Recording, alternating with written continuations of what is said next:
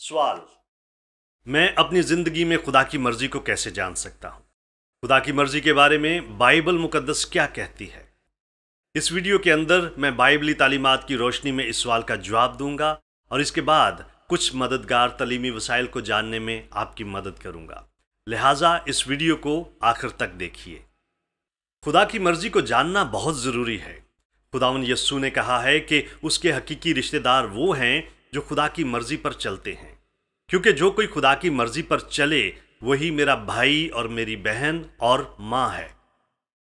दो बेटों की तमसील में खुदावन यस्सू सरदार काहिन और बुजुर्गों की सरजनश इसलिए करता है कि वो खुदा की मर्जी को पूरा करने में नाकाम हुए हैं।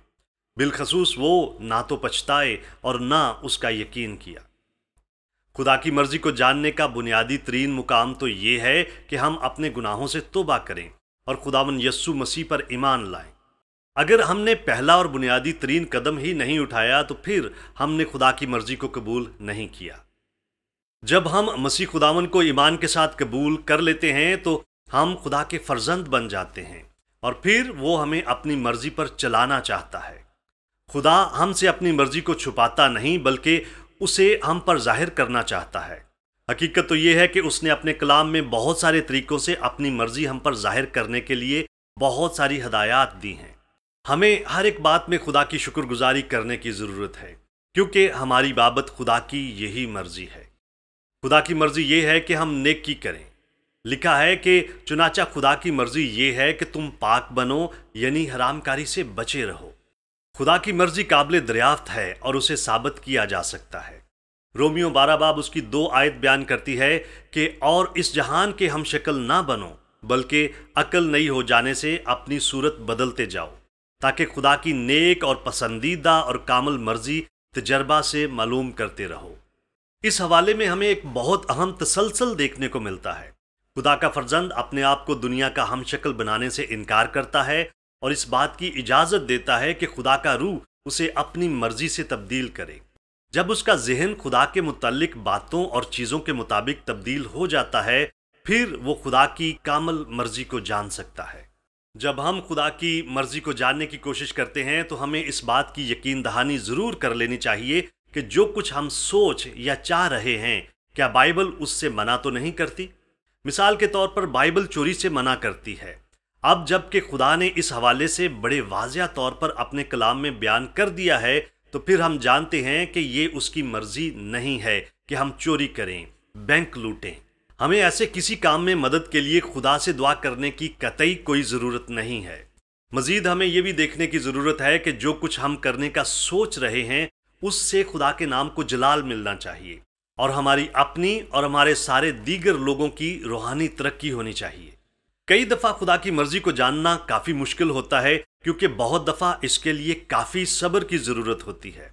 ये फितरी सी बात है कि हम अक्सर ये चाहते हैं कि हम एक ही बार खुदा की सारी मर्जी या हर एक चीज़ के बारे में उसकी मर्जी को जान लें, लेकिन हकीकत में ऐसा मुमकिन नहीं है।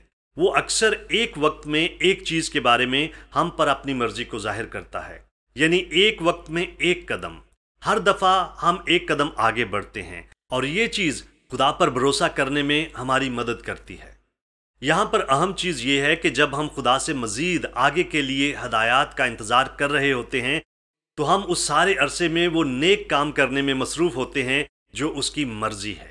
बहुत दफ़ा हम चाहते हैं कि खुदा हमें मखसूस चीज़ों या कामों के हवाले से बिल्कुल वाज़िया तौर पर सब कुछ बता दे, जैसे कि कहाँ पर काम करें, कहाँ पर रहें, किससे शादी करें, कौन सी कार खरीदें, वगैरह वगैरह।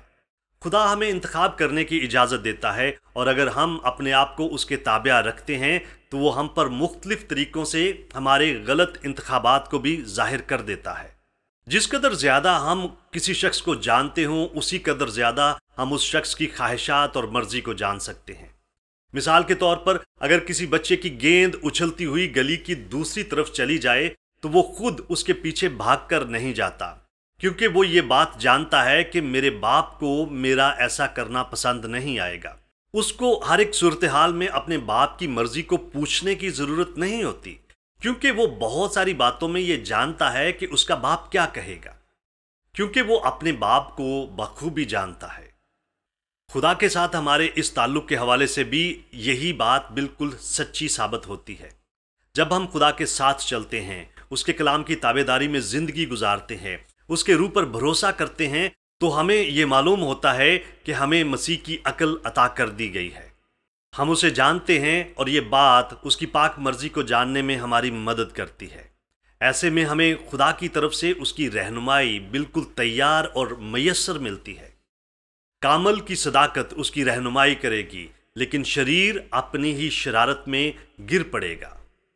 अगर हम खुदा की नज़दीकी में उसके साथ साथ चल रहे हैं और अपनी जिंदगियों के लिए उसकी पाक मर्जी चाहते हैं, तो खुदा अपनी मर्जी को हमारे दिलों में रख देगा।